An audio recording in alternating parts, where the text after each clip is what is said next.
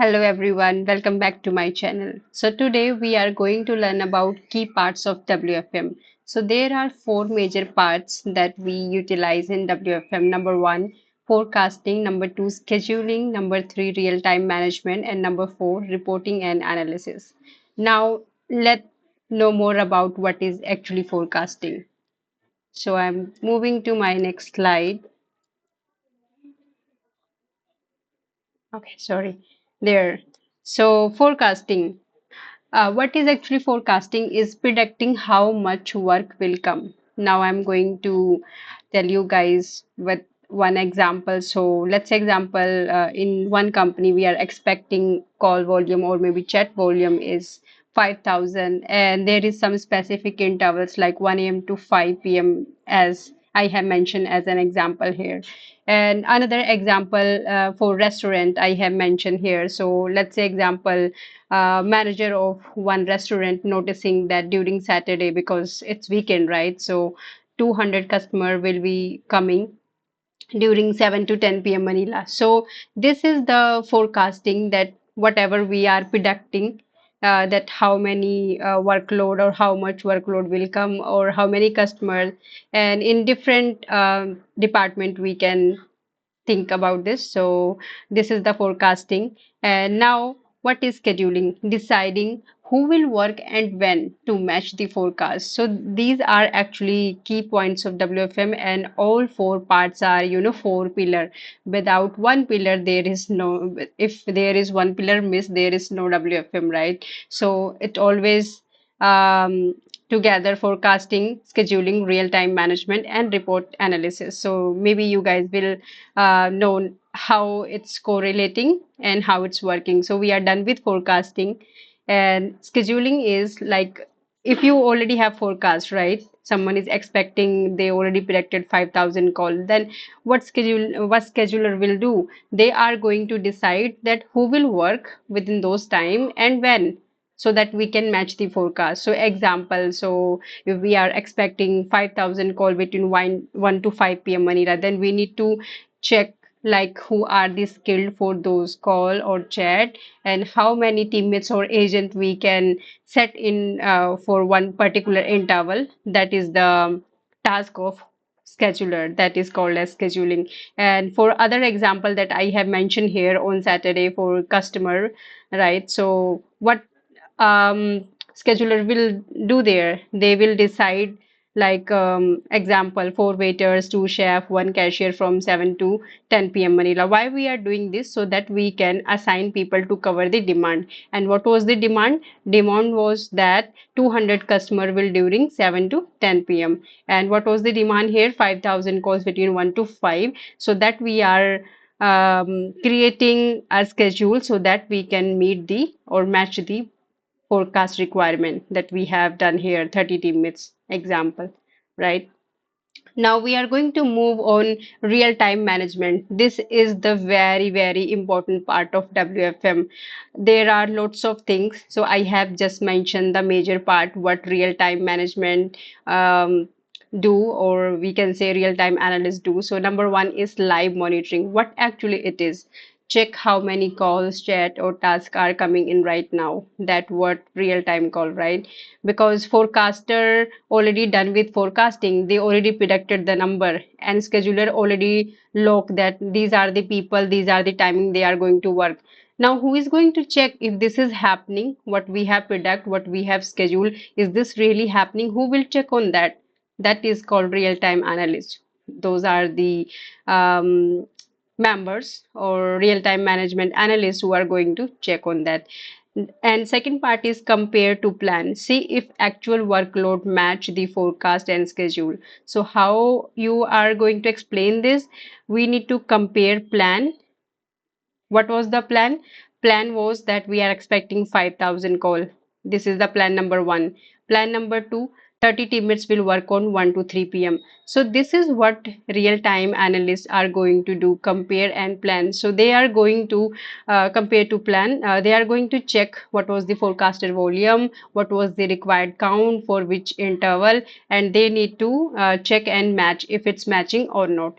If it's not matching, I have mentioned here the point take action if mismatch. So there are two possibilities if it's mismatching. Either it's high, either it's low. So say example, if too many calls, we expected 5,000, right? If we receive 1,000 more, it's 6,000 or 7,000, then what we will do, what real-time analyst will do, ask agent to log in early, extend shift, reduce breaks, or maybe we can ask for overtime, or we can ask for AHOD. AHOD is all hands on desk. This is the term we are using whenever there is high volume delivery, right? So on that time, all the QAs, SME, TLs are going to work on those calls or chat because it's too many that we have predicted, we have forecasted, and we have schedules. So this is number one scenario of mismatching the production and scheduling. And second one is too few calls. We have expected here, I'm going back on my slide, we have expected 5,000, but we have received less.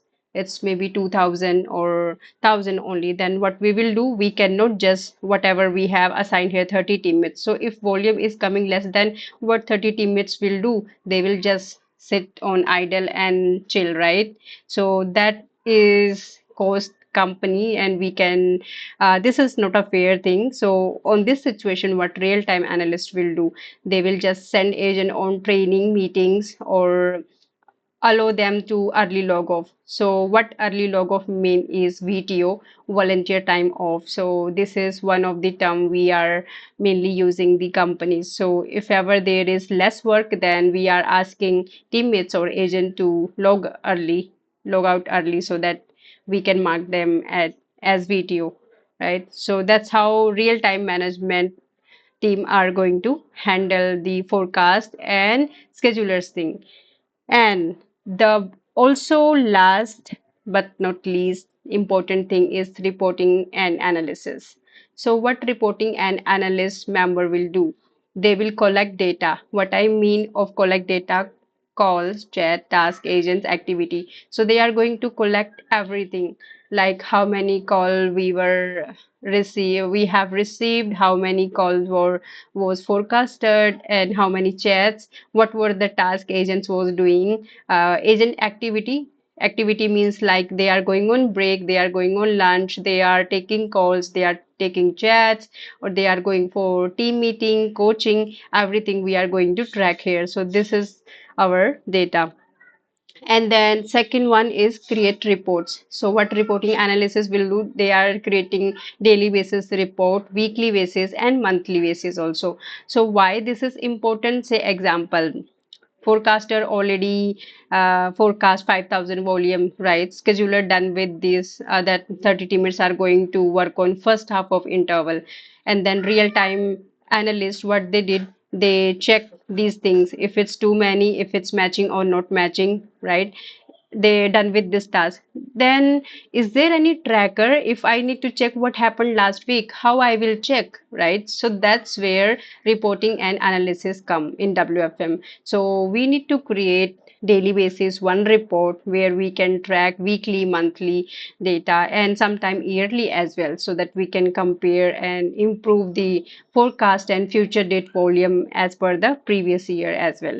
So that's where reports are mandatory, and report analysts do this. And then analyze trends and identify the issues. So what we are going to analyze and what we are going to identify, say example, forecasted, and let me go back to here. So forecaster already give us 5,000 call, right? And if it was not match as per real time analyst, they said us that they already told reporting analyst that it was not matching, there was too many calls. So reporting analyst will analyze the trend. Okay, so at what is it, only Monday to Tuesday or Monday to Friday happening that always high volume delivery, or during weekend it's low volume delivery? So that what they are going to analyze and identify the issue, like why this is happening. So that what they are going to feed back to forecasting team, and forecasting team are going to correct their future volume trend, or maybe I can say call pattern, right? So that we can improve our process better. Now, in our next slide, I have prepared a flow chart for you guys. So here you can see forecasting. Forecasting is giving the data to scheduling, and scheduling is giving the task to RTM, and RTM is related to reporting analyst, and reporting analyst analyzing the things and giving back to forecasting. And then forecasting are matching again and correcting the numbers, and then they are giving the prediction to schedulers, and schedulers are again going to give the who will work and when will work, how many teammates will work, in which interval. They are going to give it real time analyst or real time management team, and then real time management team are going to check if it's matching. If it's matching, then it will go smooth. If it's not matching because of too high, it's very, risky, because it should be asking for more agent to log in. Sometime maybe you need to hold their breaks, you need to extend their productive time more, asking for overtime, right? These are the things. And if it's too low, then also you need to check where you can utilize the available teammates, maybe send for training, send for coachings, or send for early logout. And then whatever they collect, they have seen on real time, they are going to give to reporting analyst, and they are going to analyze it, and then they are going to give back to forecasting. That's how this life cycle will work in WFM part. Without, if there is one is missing, it will not run smooth. So in WFM, these are the four pillars. So that's it for this video. We will see you guys in next video, maybe with another important topic for workforce analysts.